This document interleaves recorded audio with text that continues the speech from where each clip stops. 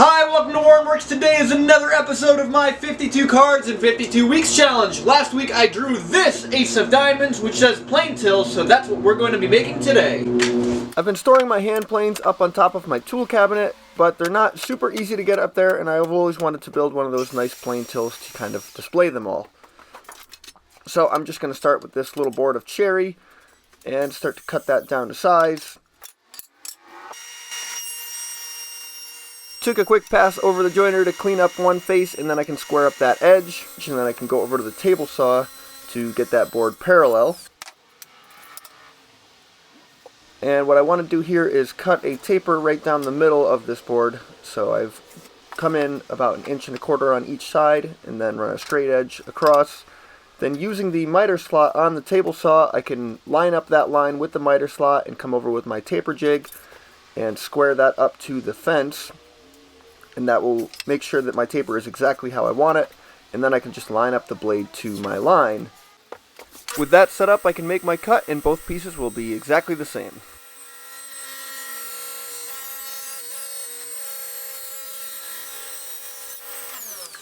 Then just using the chop saw to cut out a piece of plywood for the back.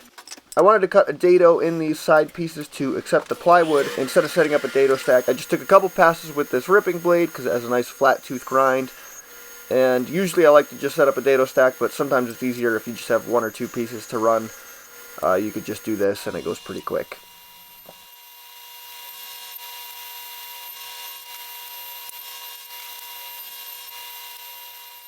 And just testing each cut after each cut until I get the right fit. And then I cut just a little piece for the bottom as well. Then I can run that through the table saw the same way to make a dado for the bottom also. And on the top piece I just had to cut a little rabbet because the plywood is flush with the back. And I'm going to be screwing this whole piece together, but I wanted to plug the screw head, so I'm making some plugs out of walnut. Cherry and walnut makes a nice contrast, at least while the wood is new, before it all fades, and then it looks the same. So I can just cut that out on the bandsaw, and I always like to make a bunch extra of these plugs because they're nice to have on hand. Once I'm making them, it's easy to just make a whole bunch. And then I can glue this whole piece together.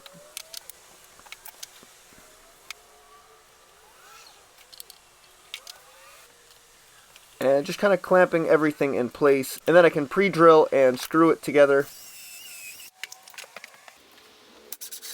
Making sure to drill down enough so that I have room for the plug. This little countersink bit is great, it kind of does it all.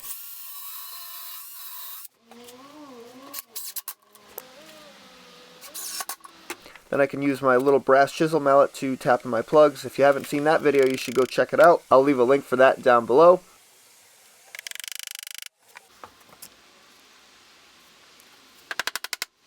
And there's this little facet on the bottom edge here, which I used a hand plane to clean up and then finish it off with the sander.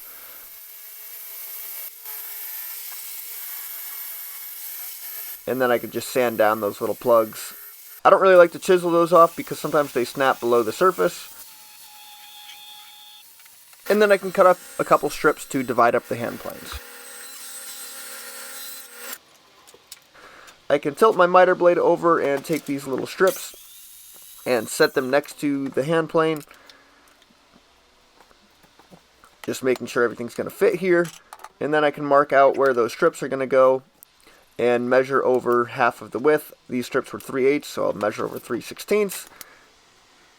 And that gives me a line to drill a couple holes. I could have just glued these in, but I wanted something to hold them in the meantime while the glue dries. That's really all these screws are doing here.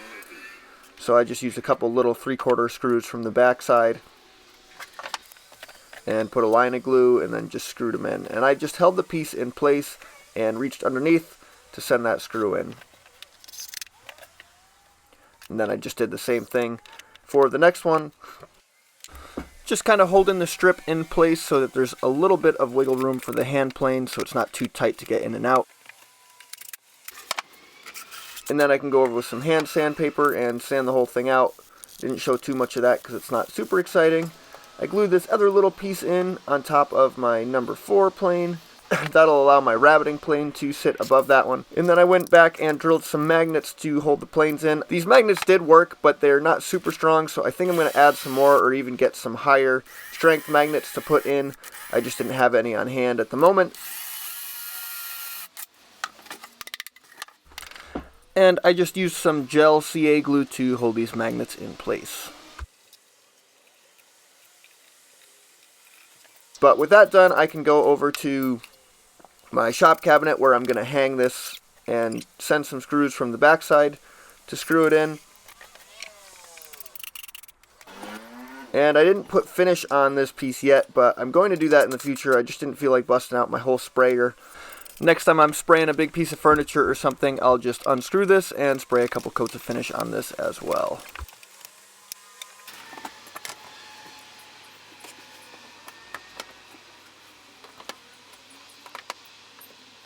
And with that, I'm going to pick my card for next week.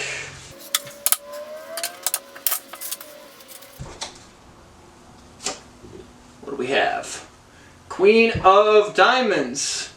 Router bit storage. So if you like this video, let me know what you thought down below, and next week I will have another video up of making some storage for my router bits. As always, thanks for watching.